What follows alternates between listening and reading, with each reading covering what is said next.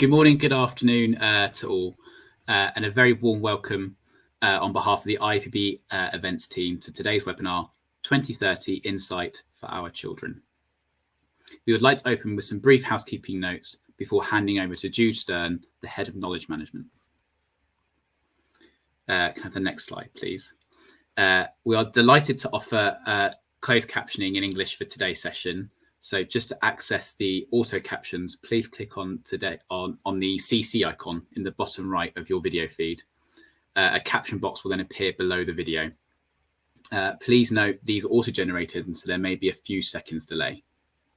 Please be aware as well that this webinar is being recorded and will be available to watch and share via the replay tab on this platform and the IAPB website post-event. We would like to encourage you to use social media channels to promote and engage a wide audience with this event. So please use the following hashtag #FocusOnChildEyeHealth. We'd also like to encourage you, our virtual attendees, to post comments and engage using the Q&A feature on Hopin. Please add the panelist name you would like to address your question to, and we will aim to answer as many questions as we can. We'll also be running a few Slido polls during this webinar. So to participate in these polls, please click on the Slido button, which can be found next to the Q&A button, and answer the polls when they are prompted on your screen. And finally, if you're experiencing any technical difficulties, please contact us via the chat facility on Hopin, or you can email us at events@iapb.org. I'm now delighted to hand over to Jude, who's going to formally welcome you to today's webinar. Thank you very much. And over to you, Jude.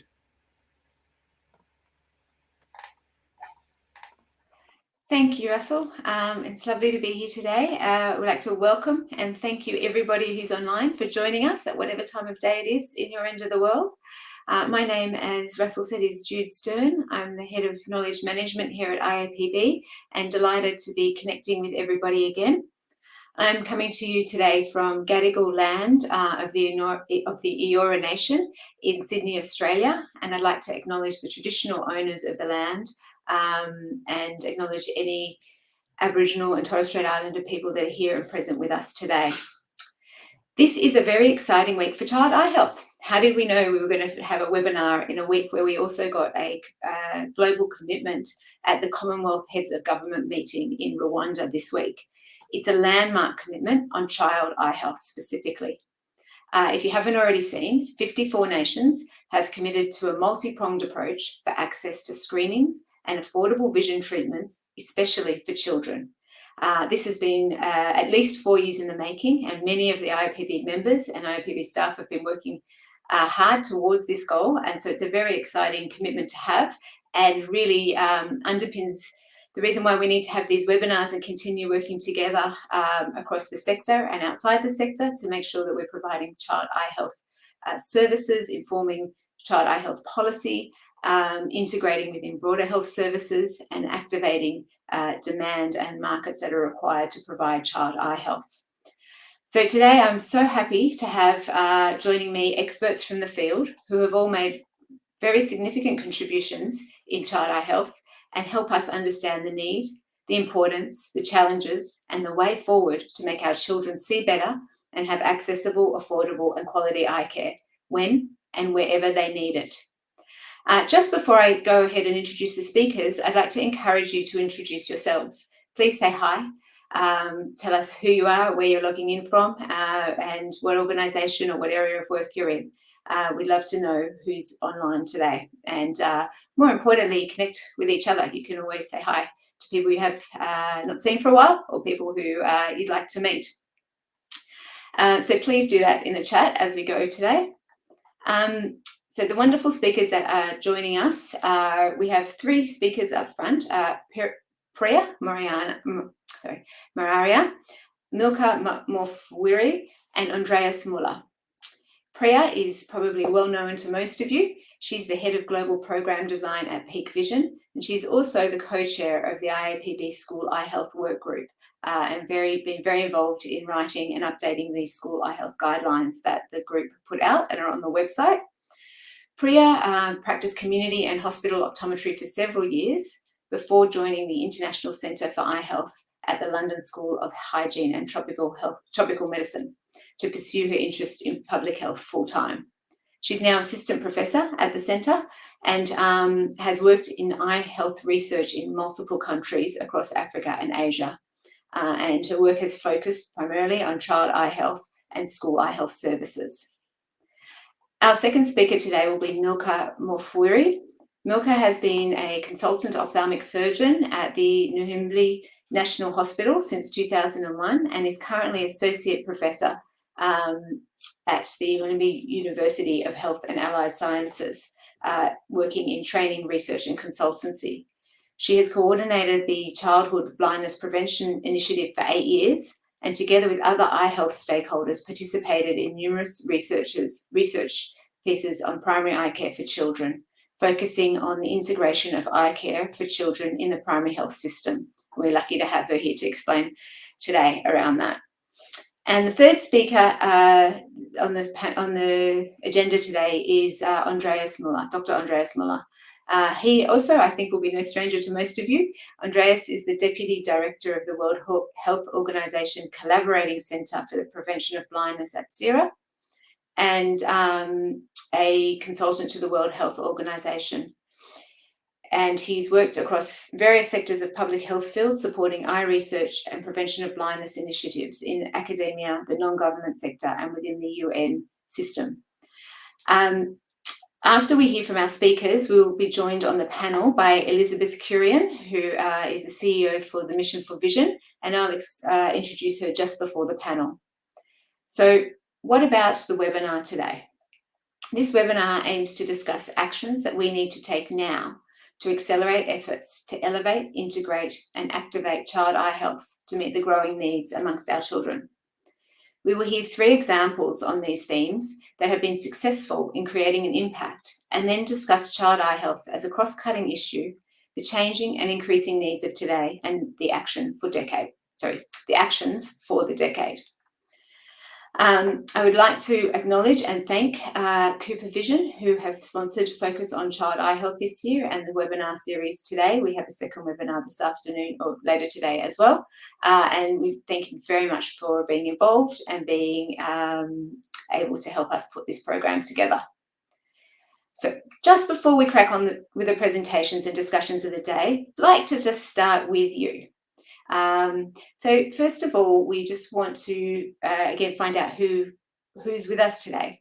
So we're going to use the Slido polls that you can see up on the screen. You can just scan the QR code or join at slido.com and put in the room number 3487820. The first question, without using the title of your job, tell us what you do. Succinctly, please, in a couple of words. It's quite a challenging question, really. So without using the title of your job, please tell us what you do. Probably take a minute or two to get the first answers up there. And let's see if we can get anything in. Right. Have some movement there.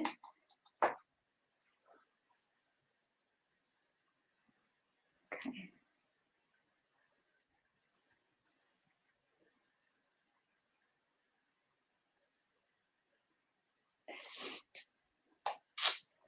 Advocacy and partnerships.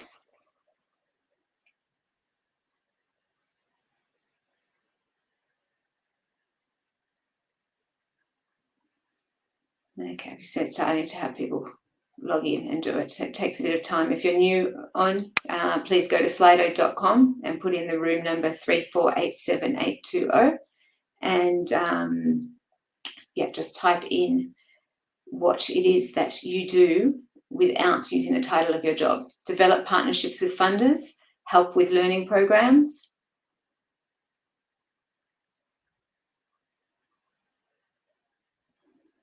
provide accessible services, communications. It's really great to see actually the gamut of the different groups of people that we often speak to here in our webinars, working across the spectrum from advocacy, partnerships, funding, education, service provision, communication, teaching and mentoring students, training future optometrists. Just have a couple more come through. So you can see that we get a wide range of different people in the audience, but also that it's really important that we actually all work together across all these domains to improve the health of our children, the eye health of our children. Research has come in now, rehabilitation services for low vision people in Moldova, and deploy advocacy actions for their inclusion and rights.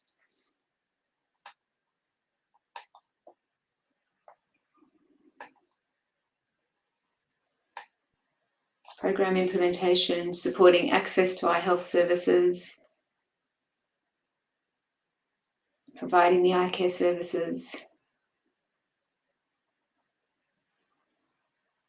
continuing education, professional development, researcher, and eye health enthusiast. I wonder how many other eye health enthusiasts we have out there. I'm sure many people could count themselves in that box. Optometrist and financial counsellor. Each time I think we're going to sort of, there's still more people writing, so we want everyone to have a chance to say what they're doing. Fundraising, rehab, implementation of programs. Wonderful. Okay, we'll move on to the next question in the poll. Really welcome everybody, and it's really great to have everyone across the spectrum of what the IAPB community really does do. The second question is on topic. What are the issues in child eye health that need urgent attention and intervention in the setting that you work? I'm sure that some of you have a list of this at hand off the top of your head, and others may need to think a little bit longer. But what are the issues in child eye health that need urgent attention and intervention in the setting that you work? Again, just a few words in the interest of the poll. Just takes a minute or two. There's a little delay before we see them for when people are answering them. And I think this is the kind of question that really informs what we're talking about today, the work that we're doing going forward, and collectively what we can look at actually addressing together.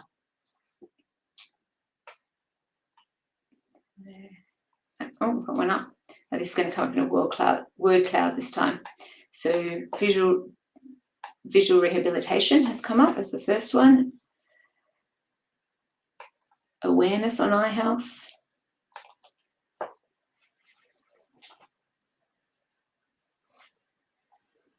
Uncorrected refractive error.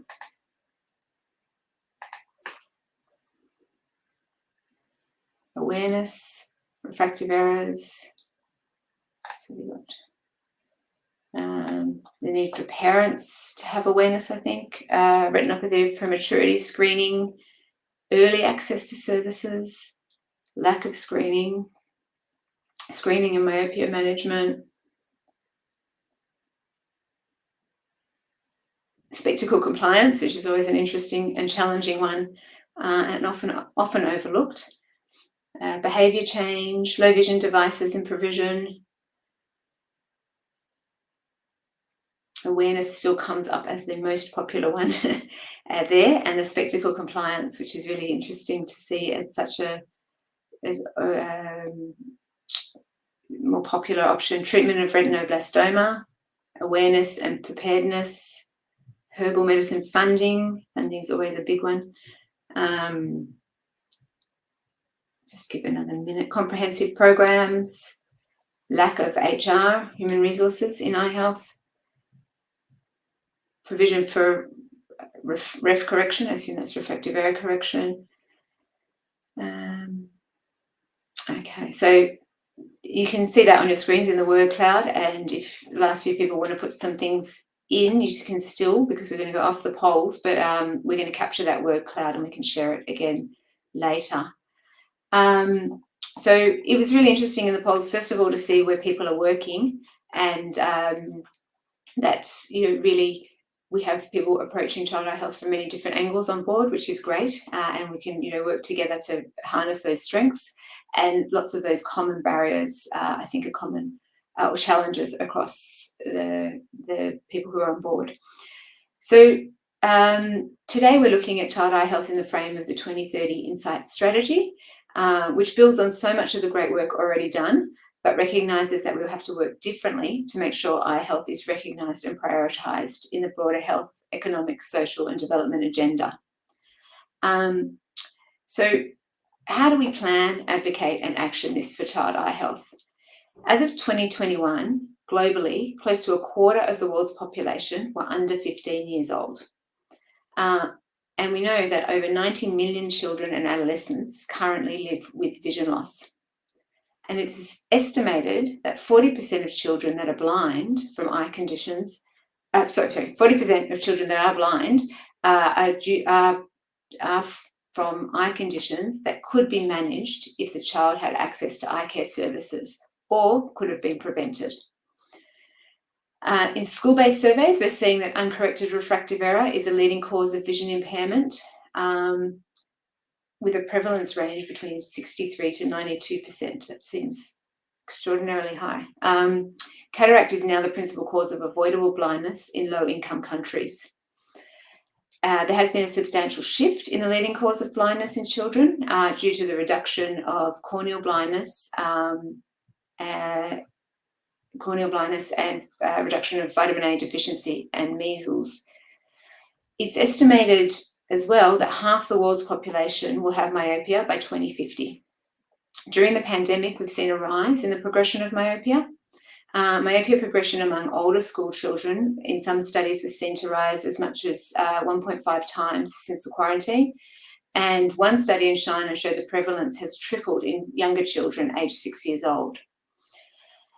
So I would like to move to introducing our first presentation for this, for me it's this afternoon, for today, and it's on the theme of Elevate. So good vision and eye health help unlock better educational outcomes. Yet eye health is often not addressed in school health and education policies, plans and practice. Sustainable Development Goal number 4, quality education, cannot be achieved if child eye health is not included. Child eye health needs political prioritisation in resolutions, development plans, national policies and budgets related to achieving quality education. School eye health policies, plans and practice have been shown to be cost-effective in multiple settings. So on that note, let us hear from Priya, our chair of our IAPB School Eye Health Work Group and one of the key authors of the School Eye Health Group working guidelines, the School Eye Health guidelines from the School Eye Health Work Group. So over to you, Priya. Thank you to IAPB for the opportunity today to talk about child eye health and its importance from the perspective of the Elevate theme in the sector strategy. From a child eye health perspective, the Elevate theme focuses on embedding child eye health into development plans, national strategies, policies and budgets. You may have heard me speak about school eye health programs and frequently refer to the statistics on the number of children that have a vision impairment. Globally, school eye health programs are common and implemented in many different ways, and they also have the potential to change the lives of millions of children. Over 90 million children worldwide have an eyesight problem ranging from mild vision impairment to blindness, and the problem is only getting worse. And if we just think about the sheer number of children, over 25% of the global population consists of children, and 40% of the population of Africa is under 14. Therefore, school eye health programs are important, and they're much needed to help identify children with eye health conditions in a timely manner. However, these programs must be comprehensive, sustainable, and focus on the eye health needs of children. We often advocate for school eye health and we talk about the large numbers, and it's quite easy to get lost in them. So I want to share my experience of meeting Mariam. I met Mariam when she was 13 years old, and I remember her very clearly because she could barely see a few meters ahead of her, and as expected, she was severely myopic. I'm never going to forget the expression that she had as she looked through the trial frames, the smile and the mixture of pure joy and shock. And she picked some pink frames that she was excited to take home. Part of the work I was doing was addressing the stigma that surrounds glasses wear, especially for girls.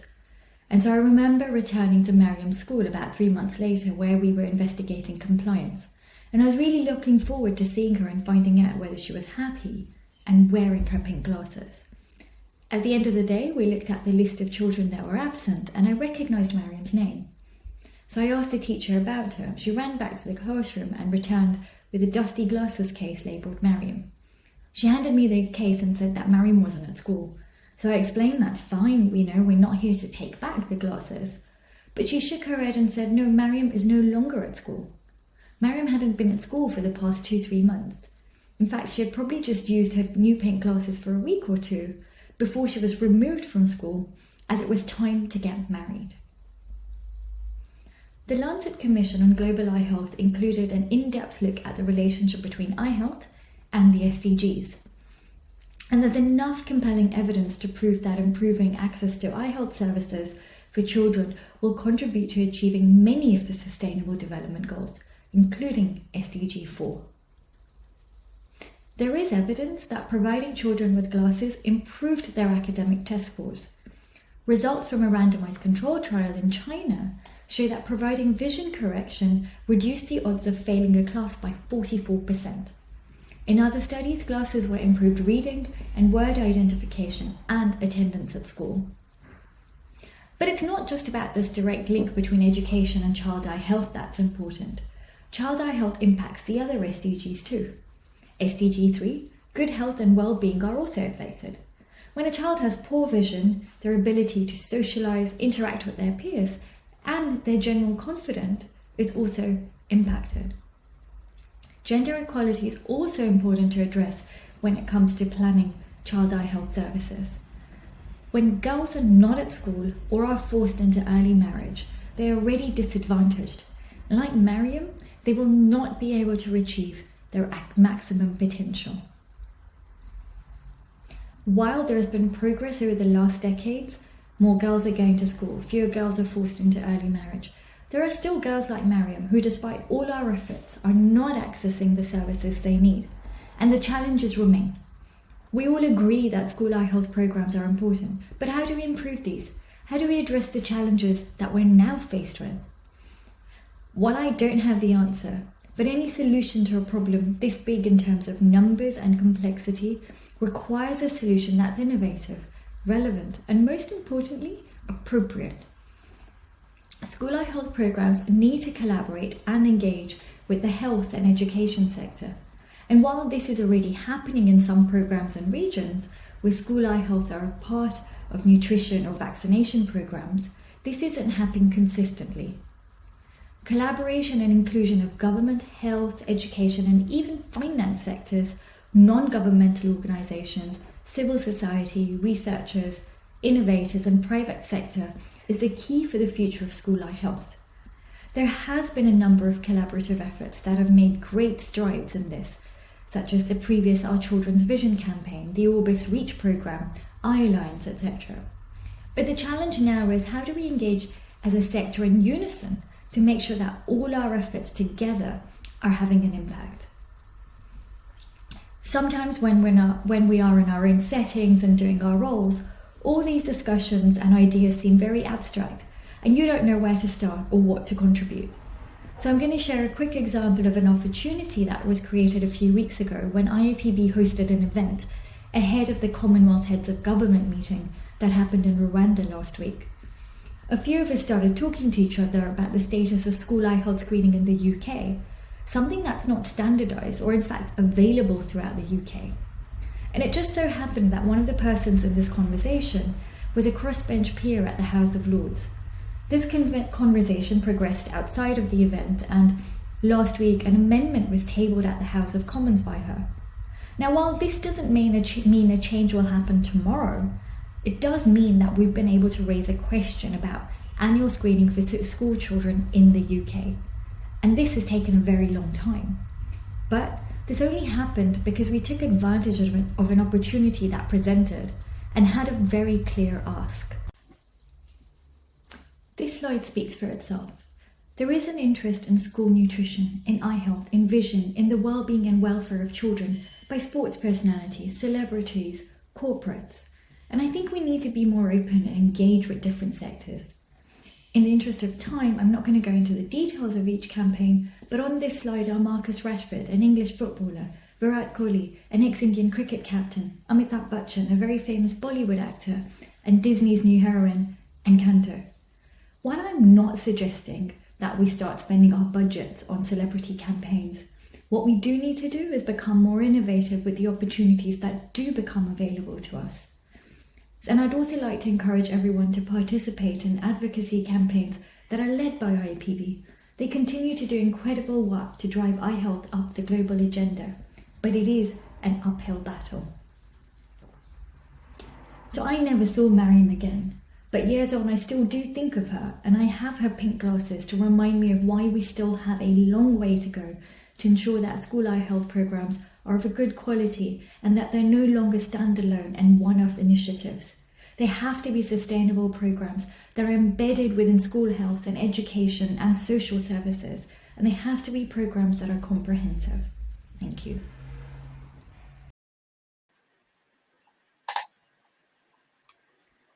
Thank you, Priya. It was really great to see you break down some of what you said is lofty words, and sometimes we don't know where to start, into really specific examples of how we can elevate eye health.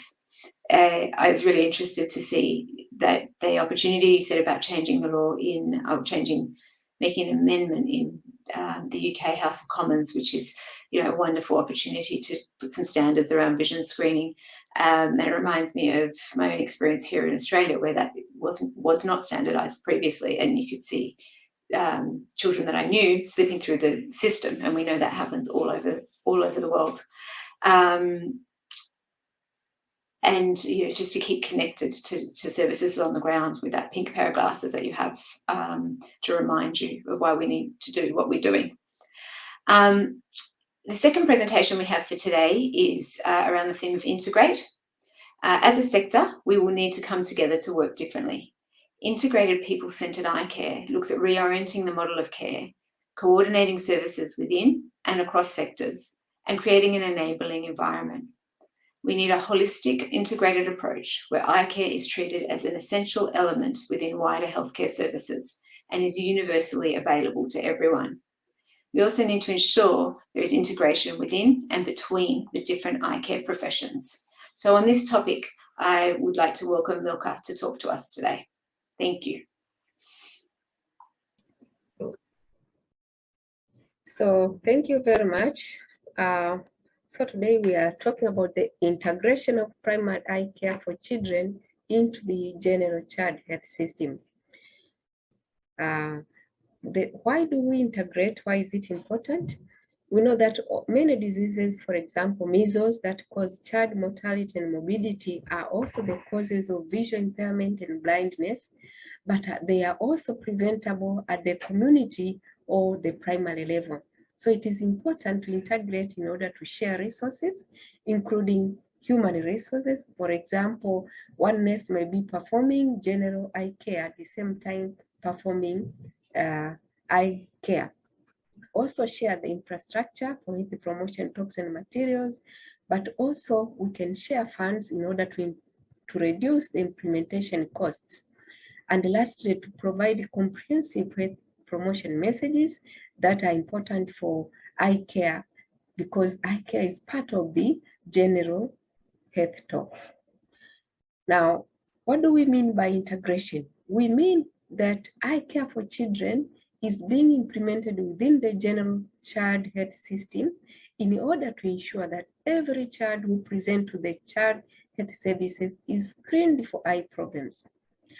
Now, we need to include in the routine general care of the child, we need to include newborn eye screening, and also that all children who cannot see, or those who have a white pupil, or those who have serious eye injury need to be referred to the eye worker as immediately as possible. But other things is also to practice cleaning eyes at birth and application of antibiotic, not to use traditional eye medication, but also to include eye health education messages in the health talks that are given at the clinic. Now, How can we integrate? We can integrate by training primary healthcare workers in child eye health so that they are able to screen and refer appropriately. We can also integrate by increasing awareness in the whole child health team about child eye conditions, for example, obstetricians, pediatricians, physiotherapists, midwives, and others. We can also integrate by working in the community with teachers, community health workers, parents, caretakers, and even drug distributors. We can also integrate by sharing data for monitoring. Now, how did we manage to integrate child eye care in Tanzania? Now, firstly, we had an evaluation of a pilot study where we trained primary health workers in the 10 keyword health organization activities for health eyes. And we found that there was inadequate knowledge and skills among primary health workers. But that improvement, there was also improvement after the training, improvement in the knowledge and skills after the training, which was retained to about 1 year. We then conducted a formative research in rural Tanzania and created a theory of change. In that study, we also found baseline situational analysis of mothers and caretakers' knowledge of eye conditions and behavior towards anybody who is sick with eye conditions. We also reviewed the clinics in terms of the number of children seen, the available consumables and equipment. And also we looked at the primary health workers' knowledge and practices regarding child eye health. Now, further, we continued other steps by asking ourselves, how can we integrate child health into the general health system? Which fora can we use? And then we thought about the IMNCI. The Integrated Management of Childhood Illnesses is a program which is implemented globally in more than 100 countries. And the aim is to reduce mortality rate among under fives. And so it is a program which is well implemented in Tanzania by primary health workers, mainly at primary health facilities. So in Tanzania, training of primary health workers is done as in-service training. And so we thought this was a better forum where we can enter to include child eye health. Now, we conducted a stakeholders meeting where, after explaining our intent and what we wish to do, a consensus was reached by the ministry health agreeing to develop a program which could be included in the training of IMCI. So we developed the eye health module, which is called Module 6. Pilot tested it in real life IMCI training. That is, we had to train IMCI the usual way, but including the eye health module. And from there on, the eye health module was included in the training of the national IMCI, and it continues to be trained to date. So what impact has it brought? Until now, on every training of IMCI in the country, the eye care is also included, and we feel this is sustainable as it will continue being trained all the time. Until now, 3,000 primary health workers have been trained from 2018 onwards.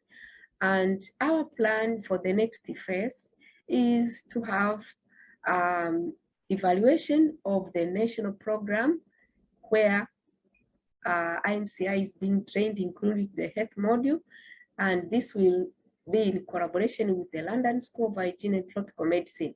We hope that apart from evaluation, scaling up of the program is possible. We are very thankful to the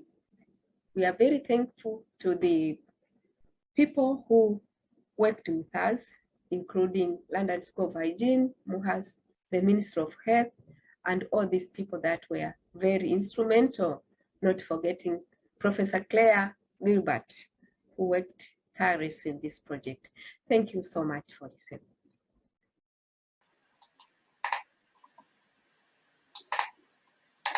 Thank you, Milka. What a fantastic example and demonstration of practice in Tanzania, and one of the general health units that have now included eye health module, and look forward to hearing more about the scaling up of the program and also the sustainability as you continue to evaluate it, and the replicability in other settings.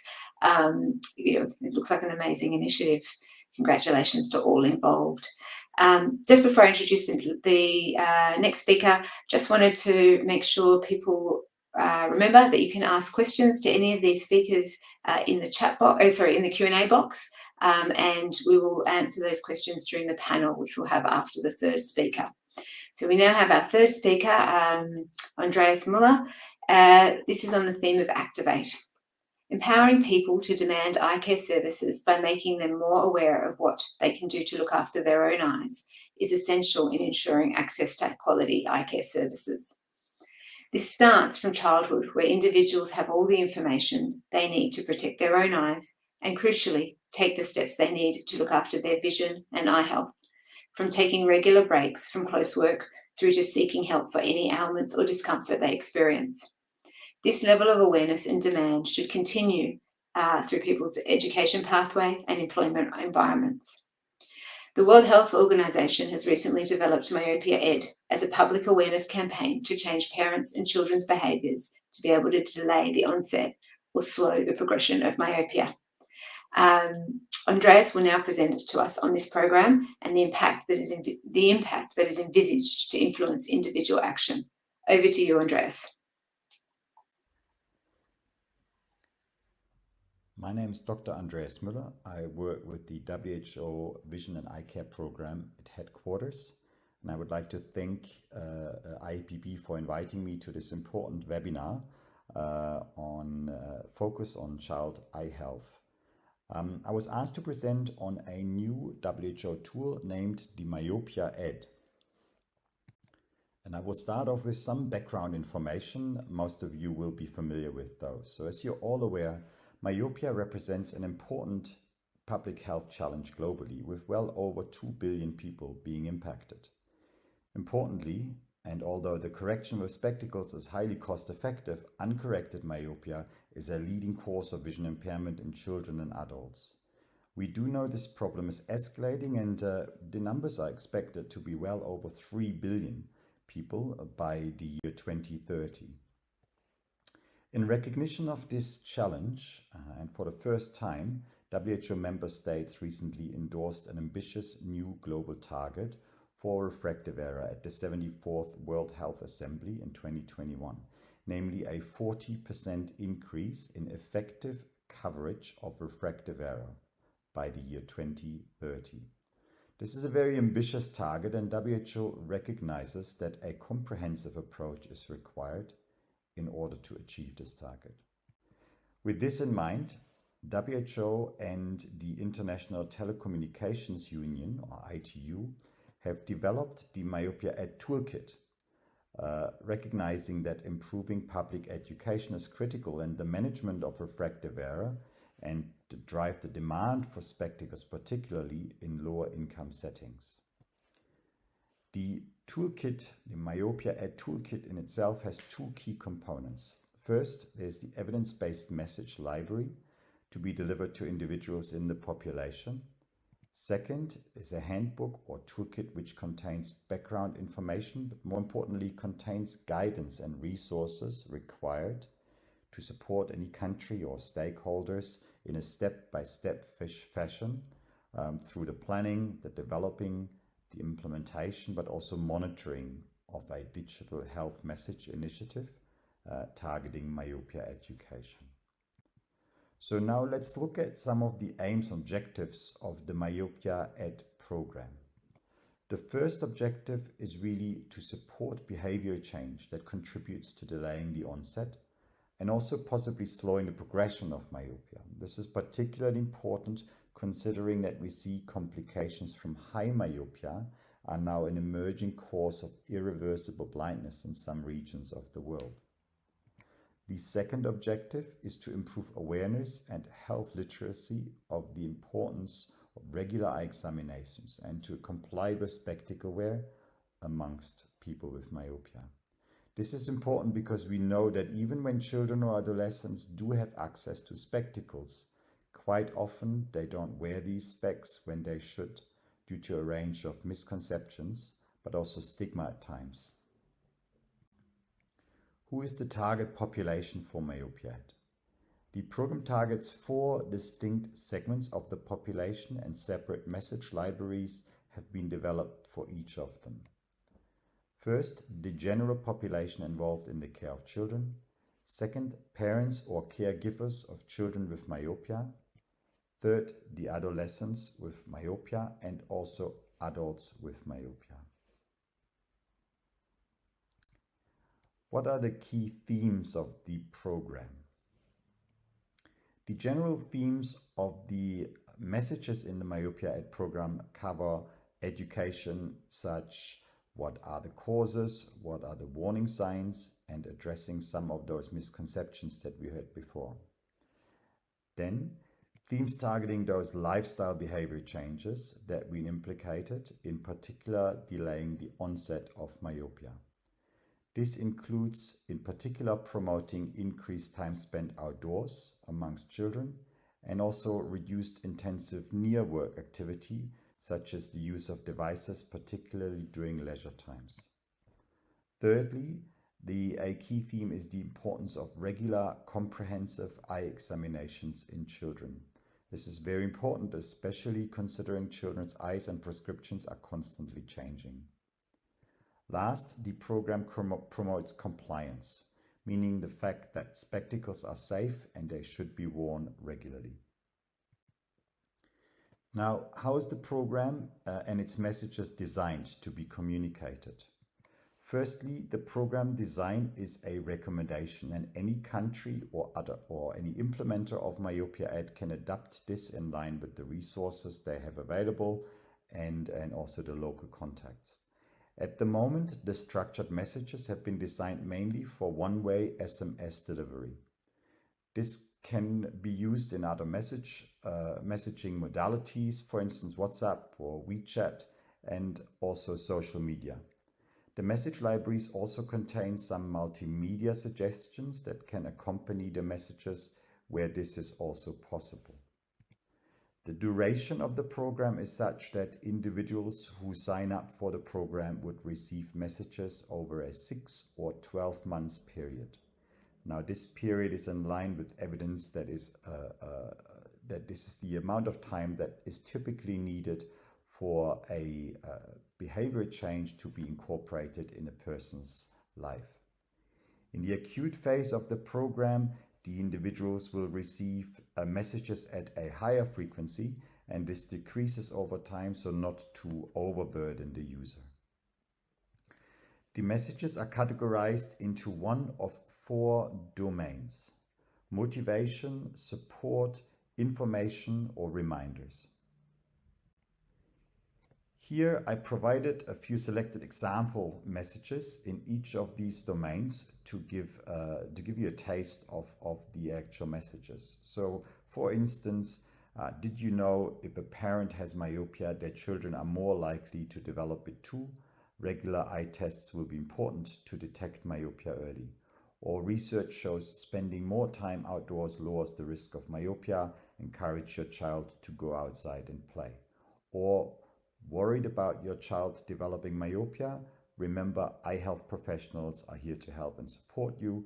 Or remember to wear your glasses every day at school. This will help you see things clearly in your classroom.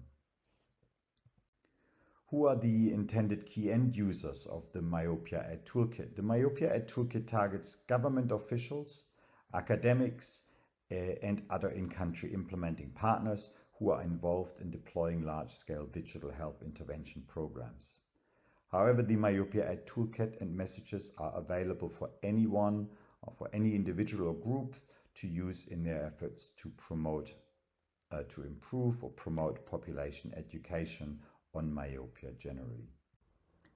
Lastly, I want to touch on what the eye care sector can do to support Myopia Ad. First, I see that there's the opportunity for technical support.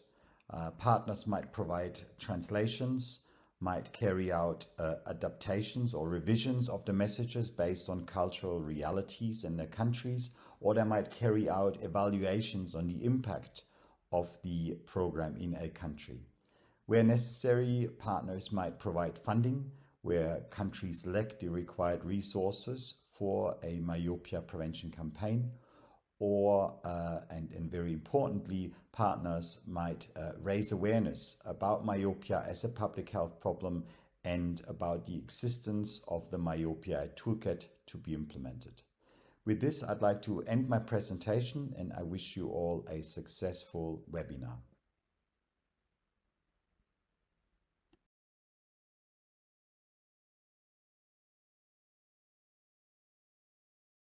Good, and it's great to be able to see the each time I see the Myopia Ad presented, I learn more about it, and can really relate to the way that we can use it.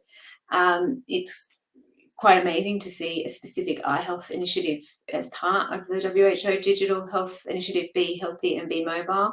And I think it's worth noting for the audience as well, there's other modules that are around eye conditions that are very relevant to eye health as well. Sorry, around general conditions that are relevant to eye health as well. It's a really good tool for understanding and setting out who is the audience, what is the target behaviour we want to change, what is the behaviour change principles behind it, and then the different domains of providing information, support, and reminders and action. And it was really interesting to see you point out one of the key barriers that people, or challenges people noted at the beginning in the polls around addressing compliance and stigma as a key strategy in that toolkit. So hopefully that is useful for people listening.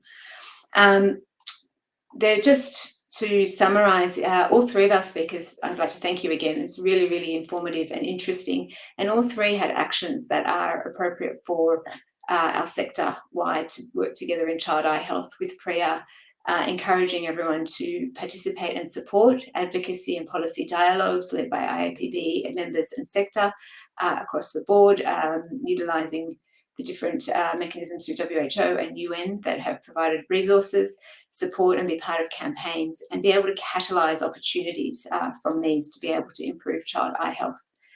In Integrate, Milka also really demonstrated how it's good to share best practice and evidence, and be able to use this to scale initiatives together nationally, and potentially even be able to replicate going forward in a module that is in lots of countries around the world. And Andreas just outlined the particular asks, aside from obviously using the toolkit, is around the technical expertise and the funding, and creating awareness that the toolkit exists and helping support the implementation of it. So again, I'd like to thank you all. Just before we go into the panel discussion, we just will have one poll now that you're thinking about the different areas of eye health. What are the changes that you would like to see actioned for child eye health by 2030? So again, go to slido.com and to the same room, and this is a free text, open text poll, and we'd like you to just describe the changes in a couple of words that you would like to see actioned for child eye health by 2030. So we'll just give that a minute. It takes there's a little bit of a lag between you entering it and us seeing it on screen. So just give that a moment.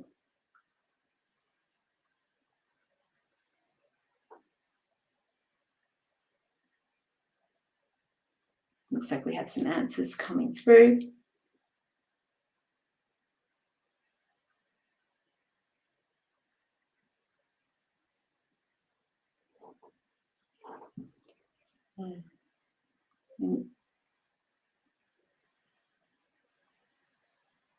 Good to see that some people are writing questions into the Q&A. Please continue to do so as well after you put your answer on the poll. And we will ask that through then we'll ask as many of those questions as we can during the panel discussion.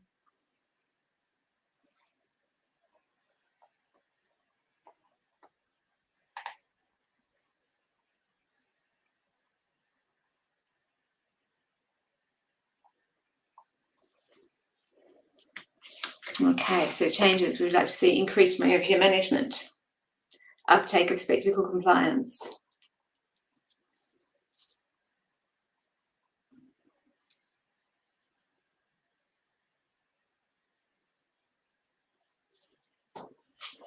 more free and affordable access to eye health, programs showing the results, I guess evidence that they're working, sustainable and effective collaboration and linkages, addressing uncorrected refractive errors,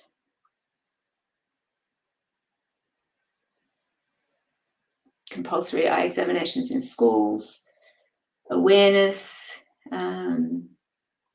funding commitment to screening programs, standardized timelines for screening, compliance for treatment, better and continuous collaboration between education and eye healthcare team, compliance post-care and treatment. So lots of very important themes coming up here, a wide spectrum. Okay, so just let one or two more responses come through because I can see people typing, and then we'll move into the panel. Just while the last few people are typing, I will just introduce Elizabeth Kurian, who's also going to join us for the panel. We have Priya and Andreas and Elizabeth. Elizabeth is the CEO for Mission for Vision. She comes to us with over 27 years of experiences in the corporate and development sectors across different organisations, having worked for the University of Baroda, Nielsen India, and Sightsavers. She's led strategic planning in large programs with complex, diverse organisational and operating environments, and pioneered and fostered significant growth and transformation through social policy change and innovations. So we can see that there's some more changes on similar themes that we have had already around more outdoor activities for children, collaboration amongst eye care professionals, compliance and awareness. Thank you for putting in all your priorities there. So I'm now going to welcome Elizabeth, Priya and Andreas to the panel to join me on screen. So thank you everyone for joining us, and particularly thank you Priya and Andreas for the presentations. We're just going to start the panel with one question to each of you in similar theme to our polls. So we know the challenge, we know the need, we know the importance, and we know the urgency with which we should address child eye health. If you could say one or two things that we should be doing differently, what do you think it is that we should be doing differently? And I might start with Elizabeth today.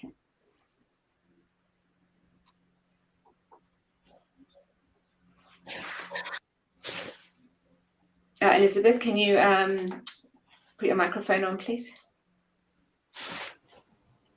Sure. Thank you, Jude, Priya, Andreas. In terms of prioritization, where do we begin? There are so many priorities. But, as somebody working in the sector, I think one thing we seriously lack is really high impact evidence with regard to effective and efficient school or child eye health programs. We really need very good evidence that shows the efficacy of these programs and the impact it can have long term. Impact as well as integration, the demystification of the technology that's available these days. It's not that complicated, especially at the primary level. So that's the second point, the demystification of possibilities at the primary level. And third, and very important, budgets. If you have the right budgets, you can influence policy through appropriate practice. It's very important. So these are the three priorities, I would say, in terms of doing things differently. Yeah, well, three huge areas right up front. I'm just going to open that for Priya and Andreas to add their discuss or add their perspectives to it. Yes, I mean, exactly what Elizabeth said, but also I think we often just speak to each other and we all know what the problem is. I think we do need to start speaking to others outside of our sector to make them realize what the problem is and speak in a language that is understood by them rather than what some of us are used to, academic language. That's a great point, obviously. And Andreas? Yeah, thank you. A lot of the discussion and the comments in the chat are about uncorrected refractive error, and I think that's rightly so, considering that by far uncorrected refractive error is still the #1 cause of avoidable visual impairment around the world. And of course, if a child has uncorrected refractive error and that's not being managed, that will have very likely impact on the education of their child, etc. So at the same time, we have a reality that countries or health systems or governments don't necessarily see the provision of optical services their responsibility. And I think that is a key barrier, that the fact that so many of the programs that were mentioned rely on NGO support, they might be short-termed, they're not sustainable. At the same time, we have a solution that is highly cost-effective. Providing spectacles is not expensive, and it makes a huge difference to a child's ability to learn and its quality of life. So, to me, really, the #1 priority is to communicate to your governments, to your planners for health, the fact that we now have a global target around refractive errors, the fact that WHO treats refractive error as a health condition. Glasses are not a luxury item, they are a medical device. And to have this very necessary discussion on how can we make sure that refractive and optical services are provided within a government health system and not entirely rely on private sector or NGO support. I think that for me is a key message. Yeah, wow, there's a real breadth of different things that we need to address between what everybody has said, but they do definitely kind of link in to each other. We have a number of questions coming through. So I'm just going to pick up firstly on something that Elizabeth said, and I know Priya and Andreas that you both have a lot of experience in this area of evidence. We've made huge progress from the World Report on Vision and the Lancet Global Commission for Global Eye Health. But we know that we are missing large pieces of research and evidence to support the case for child eye health. What are we lacking, and what evidence can we, as a sector, what do we need to bring to the table to elevate our case? Priya, do you want to go first on that one? Yeah, sure. I think one of the things that governments care about, and if we want governments to adopt child eye health and school eye health as national policies, is the evidence on the economic returns. And that's something I feel, we look at the impact on education, but it's kind of extrapolating that and turning that into what's the money involved. And that's what governments care about. What resources do they need to put in, and what's going to be their return on investment on things like school eye health programs and providing these glasses and refractive services from national services rather than from private or NGOs. Andreas, Elizabeth, would you agree? Add to that? Let's see, Andreas. Yes. Yeah, sure. I fully agree with what Priya just said. And Priya, I remember reading one of your papers which looked at the compliance, right? Compliance of kids wearing glasses, even if they were provided glasses at no cost. It's really disappointing. The Lancet Commission says that spectacles is one of the most effective health interventions for children in helping reducing the chance of failing by at least 44%. In many of the low-income countries, children have access to glasses at no cost. This could be from the government, NGO, private sector. But why aren't children wearing glasses? That's really important. So sometimes it makes me wonder as to, what's the impact of all of this? And increasingly, we see in some of the countries that we work in, the low-income countries, there is a lot of investment from the private sector in eye health, especially for children. a significant investment, and that keeps increasing by the year. So endorsement from the private sector would really help us, I think, because we know the private sector has different metrics in terms of their strategies, in terms of measuring impacts, etc. And their voice, their views, their endorsement and advocacy will really make a difference. Just investment won't do. They really need to endorse the impact of school eye health or child eye health interventions and the difference it makes to kids and on society. And the third point is, mindsets. Many of us have hesitation in learning from other environments. What works in Africa can work in India and vice versa, or other parts of Asia. So we really need to be open-minded and learn from different cultures and contexts. Andreas, is there anything you'd like to add to that? No, I don't have any particular issue to add, but I think that these are all very valid and very important points. Fully agree. I think there's sort of new areas for us in child eye health to work collectively together. While we've dabbled a little with private sector and the metrics around that, and also with return on investment, it's something collectively that we can bring together and use maybe more strategically, more powerfully in a collective way. So we're just going to look at a question that has come in around Priya's topic around Elevate. So I've got two questions here. So number one, Priya, directly from your presentation, in countries like Ghana, where resources for eye health is limited and it may be difficult to provide free spectacles and free services for those with other conditions, how effective will school screening programs be, even if eye care professionals take it up in their time in their communities? Is it really worth it? Thanks, Jude. So, I sympathise and I completely understand that where that question is coming from, having worked in these settings. I think my response to that is that if it's not the services you can provide yet, then obviously you can't start the screening, and that's going to be the first principle. But then you've got to start somewhere. And if it's a case of we're going to start by just having awareness campaigns of why these services should be provided, then we'll find that there's some buy-in, and it's about speaking to the right people. So it is worth the time, but yes, absolutely, don't start a service if there is screening if there is no service. But maybe start with awareness campaigns. Maybe start with discussions with the right people about why these services should be there. And that actually leads quite nicely into, I'll let the others comment on both together. That leads into the next question that we have is, whom should we be influencing and including so that child eye health gets the attention it deserves on a national level in policies, budgets and systems?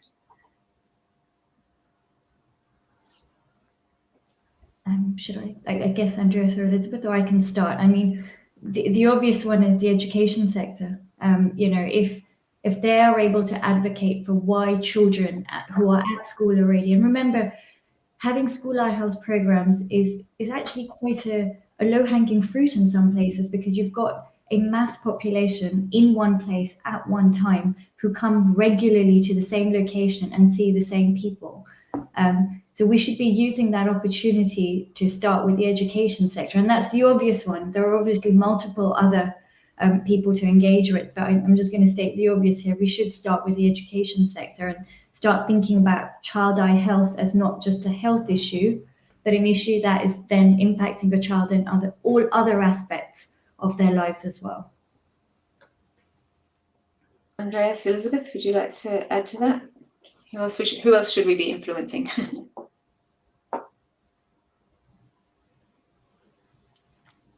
I think, Andreas, were you about to say something? Okay. I think for me, the most important group are the parents and the caregivers. If the parents are convinced, they can do, they go the extra mile or hundreds of miles for their kids, right? I've seen parents with limited means spending $50 to $100 on a phone, on a mobile phone. It's so popular. Or spending money on sunglasses. But when their kids' spectacles break, they just can't be bothered. I wouldn't say, no, that's too harsh. I wouldn't say that they can't be bothered. Of course, they're bothered. It's just that they don't realize the importance. A pair of spectacles that are given free of charge. And if you have to buy another pair, it looks, in some settings, it costs just $3 for a very good pair. of spectacles that a child can use. And in some environments, it's given at no cost again, up to 1 or 2 years. And that's a mystery, that just eludes me. I wonder why parents don't invest in that. And they see the difference it can make to a child's learning and other developmental initiatives. So for me, the parents are the most important group. If you can convince the parents, I think anything is possible in today's world. Yeah, they are a very powerful group in individual action, but also in a lobby group if we want to influence education sector or others. Andreas, do you want to add anything?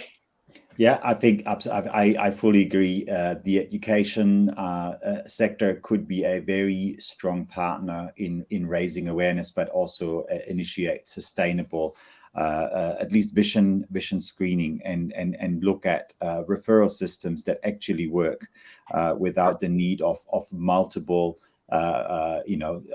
referrals that are required until the child actually receives a pair of glasses. At the same time, I think we underestimate the misconceptions in so many parts of the world by parents about the safety of glasses. Misconceptions assuming that glasses might weaken your eyes if you wear them over long periods of time, etc. So, you can have the most beautiful, policy campaign to reduce cost and increase awareness. If the trust in the population is not there, then all this is for nothing. So really, unfortunately, behavioral change is never an easy task, as we've seen with quit smoking campaigns, which took 30 or 40 years to change behaviors in a meaningful way. So really, how can we reach parents and the children themselves to change behavior is a key question also for the research issue that was discussed earlier. What are meaningful ways to reach out, and I'm sure they differ in different parts of the world. So localized research about successful behavioral change, I think, is very important. Yeah, I think that's really interesting and huge point. And like with most of what we're doing, the behavioural change, there are a lot of experts around the world in behavioural change, and so working together with them to study the particular aspects of eye care that for child eye health is probably also a group to be influencing and including, not just sitting out on our own in a silo on that. So the next question that I have is around the integrate theme. More children will stop losing their sight and benefit from better eye health if eye care is well resourced and properly integrated into mainstream health systems. Oh, oops, sorry, I'm reading the wrong question. Sorry, I'm going to just go back one question. There is a clear-cut call to changing the ways we work. This means more trained people on the ground at multiple levels who can provide the continuum of child eye health services that are demanded and needed. What can we do? How can we achieve this shift in the delivery of services and the numbers? And what are the risks if we do not change?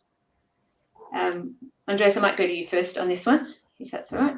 Yeah, I might use that question to promote some very recently launched WHO tools that might help with that thinking in terms of what can we actually do, how do we get started. You might be aware that I think it's now 2 weeks ago, WHO launched the Guide for Action, Eye Care in Health Systems, which is basically a step-by-step manual of recommended approaches to the planning and the implementation and the monitoring of integrated people-centered eye care. I think many of us were sort of, when they heard that term for the first time, they say, okay, well, what does that mean? What's supposed to be different from the way we've worked for the last 10 or 20 years? What should we do differently? So this Guide for Action is designed as I said, a quite straightforward step-by-step guide over sort of 4 to 5 year planning needs, and also links to 4 new specific tools provided by WHO around human resources planning, around planning of service delivery in the package of eye care interventions, around monitoring eye care services. So there's a particular tool that recommends specific indicators that countries may or should monitor over time. That's the eye care monitoring framework, etc. So I really encourage you to go to the WHO Eye Care and Vision impairment website, where you can find and download the guide for action.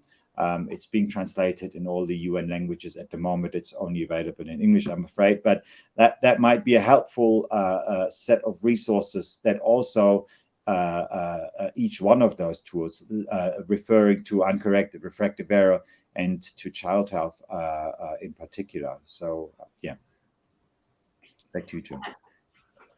Yep, thanks, Andreas. And there was a specific piece around how do we shift the delivery of services and the numbers. So Priya or Elizabeth, do you want to add sort of a little bit more of an on-the-ground perspective, I guess, around that as well? Yeah, I can quickly start, and I can share a quick example actually from one of our programs that we've been working in Pakistan, where refractive services were only provided at a tertiary level for the area that we were working in. But we were able to gather the evidence from the program to say, actually, if refractive services were provided at what they call the basic health unit, closer to where people were in the communities, then it would save the travel time for people going to the tertiary services. But unfortunately, these health units didn't have an optometrist or the equipment that was required. But evidence from the program showed, the number of people that were traveling so far, but also not just that, the number of people that chose not to travel because it was so far to get basic refractive services. And so evidence like that helped for us to present it to sort of provincial level. And we have now found that a number of the basic health units are equipped with optometry equipment, but also an optometrist, while who's not there all the time, is now available to come back on specific days. So I think it is possible. It's just finding what the actual issue is. Is it the travel distance? Is it that equipment's not available? Is it that there are no skills available? Because often, we often hide behind the excuse, oh, it's just not available, and don't investigate further. What is it that needs to be done to change that? So I suggest, when there are issues like that, really finding out what is the core problem and then addressing that with the evidence. Yeah. And that's a really good add-on, and I think it works well with the tools that Andreas was talking about, because if you know what the actual problem is you're trying to address, or the barriers, then you can look at the tools that are being suggested as well and be able to use them together. And Elizabeth, I'll give you the final point on that one. We have to move to the next question. Yeah, sure. I've come across evidence that says that 40% of children who are blind or visually impaired shouldn't be blind or visually impaired if they had the right access to care, especially at the primary level. And today's world, technology is really making giant strides as far as eye health care is concerned, and that includes children as well. There is technology available that can be used by the allied ophthalmic personnel category. You don't need doctors as well. Even optometrists can guide the whole process. So you can really simplify technology and optimize human resources, and that also enhances acceptance, appropriateness, and sustainability. At the same time, we all talk about the primary level, and we sometimes tend to overload or expect too much from general health workers, primary health workers. I fully appreciate the value of this cadre, but in many contexts, they're overloaded with so many other things. For example, maternal and child health care, water sanitation activities. So our expectation from this group should be very realistic. We can't expect too much. So the integration is both within the sector, increasing attention to child eye health other than cataract, which has, preoccupied most of us most of the time. So integrating child eye health within the sectoral priorities is important. At the same time, when we look at things at the primary level, realistic expectations from general primary health workers. I think that is very, very helpful. And again, I think it points to some of the work, the WHO is coordinating around making sure that eye care is in a core part of primary healthcare services, and with time, hopefully resourcing that properly. Governments looking at that as they're doing resourcing their primary healthcare workers. I've got time for basically one more question. We have a couple of questions on the Myopia Ed product for Andreas. So Andreas, the question has been asked, has Myopia Ed been deployed in any population so far? It's got a couple of points. I'll just read it all and you can think about it. Has it been deployed in any population so far? If so, what is the impact? How do NGOs link up to use it? And is there a cost involved to use it? So the tool has been launched very recently. In order to prepare a campaign, this is not a very quick activity. It takes time to, like I mentioned in my presentation, to perhaps adjust the messages, perhaps translate the messages, to identify the right digital partner in the country to work with over the period of 12 months. So right now, I'm not aware that a country has started a campaign. In China, for instance, where, obviously this is a very important public health issue, we are currently doing research work around the modifying of the languages. We've just translated the message library. And we're looking at partners through government on implementing the campaign in the country. So that's probably the place where we're making the most progress so far. But like I said, this is something that takes time and good preparation, because otherwise you're very quickly wasting a lot of resources on something that's not prepared well. And the relevant partnerships are obviously crucial. In terms of funding. So at WHO, we are looking at trying to raise funds for countries to access that don't have the means to resource a campaign such as this. This is sort of work in the making. At the moment, we are aware that some NGOs are in discussion and planning. But really, it will depend on the individual countries on whether this is something that can be funded through existing health promotion budgets, or whether it requires external NGO funding, local or international. So it really depends on the country. But what was the other question? Who funded it? Yeah, like I said, we haven't got a specific campaign to use as an example quite yet. So I guess NGO, yeah. So the NGO, how do they link up that specific part of it? How do they link up to use it? So NGOs would advocate to governments to implement it. Is that the primary role, or is there other roles in there? Yeah. So I mean, we through our channels at WHO, we're promoting this tool to ministries of health as much as we can. But as we all know, eye care is a very specialized area that usually lacks the sort of voices and the advocacy that you see in larger program areas. So we really rely on NGO partners to push, something like this particular tool.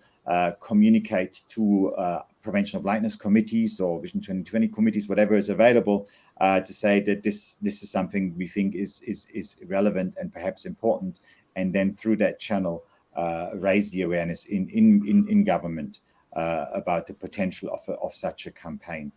So please, I encourage you to get in touch with WHO, and you'll find the contact emails on our website after perhaps looking at the tool. And then discuss with us directly about how to go ahead and building a network of partners in your country and preparing a potential campaign. Fabulous. Thank you. I think that for anyone that can't find the links, I think that in the focus on child eye health, we have links to the WHO tool and site for that. So we're coming towards the end of the webinar. I think there's been a really, really interesting discussion, and I really enjoy that we've looked at several levels around, looking at the policy and integrating child eye health at that level, looking at integrating it into programs on the ground, and also looking about, the aspects of campaigning and empowering people to take care of their own eye health, or their children's eye health, in this case may be. So starting to make a tradition in IAPB webinars to leave with elevator pitches, and we ask panelists to give us a 1-minute elevator pitch about the most important action we need to take now, so no child is needlessly blind or suffers due to poor vision. So I'll just repeat that again so that you know that and think about it, and then we'll go around. So in 1 minute, could you please put forward the most important action that we need to take now to ensure that no child in the future is needlessly blind or suffering due to poor vision? I'm going to start with you, Priya, in the order that sort of went this morning, or today. Yep. I'm going to put up 2 calls to action. One is more granular level from a program perspective, and I'd really encourage programs where you are doing school eye health programs to just collect standardized data and actually starting to use that data. And I know obviously uncorrected refractive errors are a hot topic, but also remembering that for child eye health, we do need to think about all the other eye conditions that children are affected with. Some are vision impairing and some are not. Just to be aware of those and start collecting that data so that we can advocate for comprehensive services. And then finally, I know we've had a global commitment now from the Commonwealth countries. We do need to use that opportunity. We can't just let it be a commitment. We do need to keep on pushing them, to keep on reminding them that it's a commitment they've made, and to actually then put that into action. Great. Fantastic. Elizabeth, I'll come to you second. Sure, Jude. We'll just summarize the thoughts that have come out from this meeting. Of course, child eye health must be a global and national priority. There's no 2 ways about it. So we should call for governments and partners to prioritize what I call the 5 I's. Importance, that is, accord importance to child eye health, make it a national priority with dedicated leadership and varied partnerships, especially with the private sector. The private sector should talk a little louder about the impact of child eye health. Invest. We need to invest adequately and urgently in activities that give neonates, babies, and children the best start in life through good eye health. Integrate and include promotive, preventive, treatment, and rehabilitation activities within the wider child developmental agenda, with specific importance and emphasis given to developing a diverse and resilient workforce, especially parents, if I include parents among the workforce. Inform through IEC approaches and effective evidence for policy and practice. Innovate, especially when it comes to technology these days. There's so much in terms of possibilities. And I think all of these will go a long way in impacting positively and in transforming child eye health and lifelong development. I like the 5 I's. Very cool, especially in our field. And Andreas, you hit the last word in the elevator pitch. Just briefly, and I might be repeating myself here, but really we're at a very exciting point in time where we have some very important high-level commitments by all member states of WHO, United Nations, towards putting resources and putting efforts into eye care, and we've got for the first time a global target around uncorrected refractive error. So really, I think we should use this momentum in time. We should make sure that we communicate and advocate this commitment at every potential opportunity to ministries of health, to planners, through existing committees in countries, or through your professional associations, whether you're an ophthalmologist or an optometrist, to use your voice to communicate to health planners to ensure that eye care is integrated into wider health systems planning. Thank you. I mean, what great messages to leave with. And I think, really have all touched on the point of why we have focus on child eye health, to be able to leverage those opportunities that you've talked about, make sure that we work together to really drive a lot of the 5 I's that you talked about, Elizabeth, to make sure that we are leveraging those opportunities, acting together to create action at government, non-government, private sector, whichever level that it is. So yeah, thank you all for your elevator pitches, and encourage everyone to link into the Focus on Child Eye Health website to be able to bring some of those things together. You'll find links there to the WHO tools and materials, as Andreas spoke about, the school eye health guidelines that Priya and the work group have worked on, and a lot of other resources that are there. Just before we head off, we have one last poll for you. We would like to know, what was your biggest takeaway from today's discussion? So we did cover a lot of ground, a lot of useful ground. What was your biggest takeaway from today's discussion?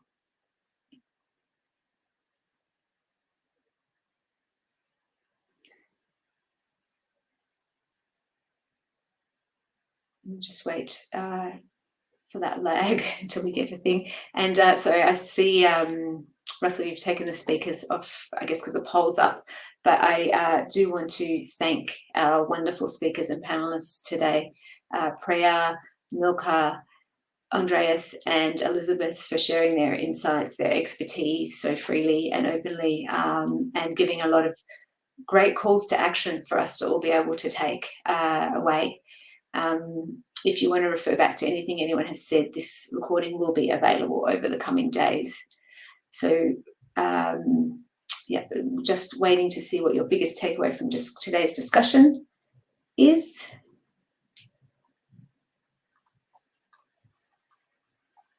And it looks like it's starting to come through shortly.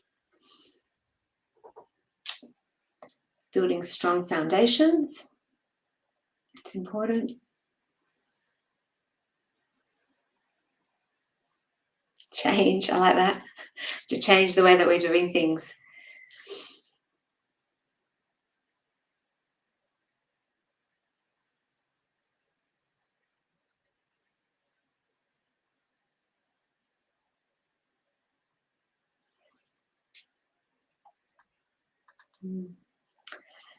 Okay, in the interest of time, we'll leave the poll up for a minute, but I'll have to keep talking over it because we're going to run out of time.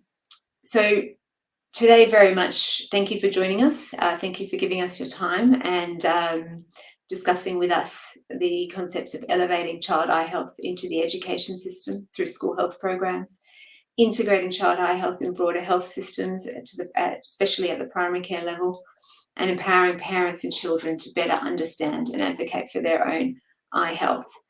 As I said, please have a look at the website. A big thank you again to our panelists and our speakers, as well as to Cooper Vision for making this all possible. Personal thanks to Gissa James and the team that have been working on Focus on Child Eye Health, and in particular this webinar, in pulling it together. And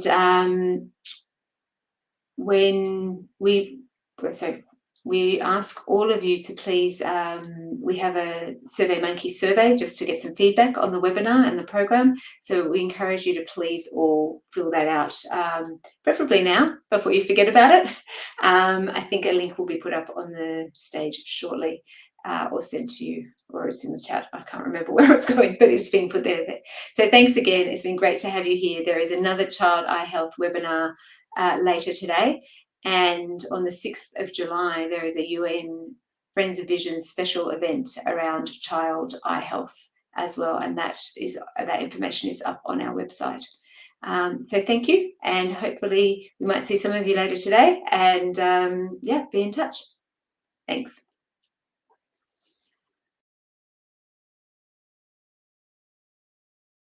Thank you, Jude. And just to echo that as well, we've just popped the SurveyMonkey link in the chat there. So if you please just spend 5 minutes or so just to fill that out now. We're going to play some nice music with the holding slide up just while you fill that out.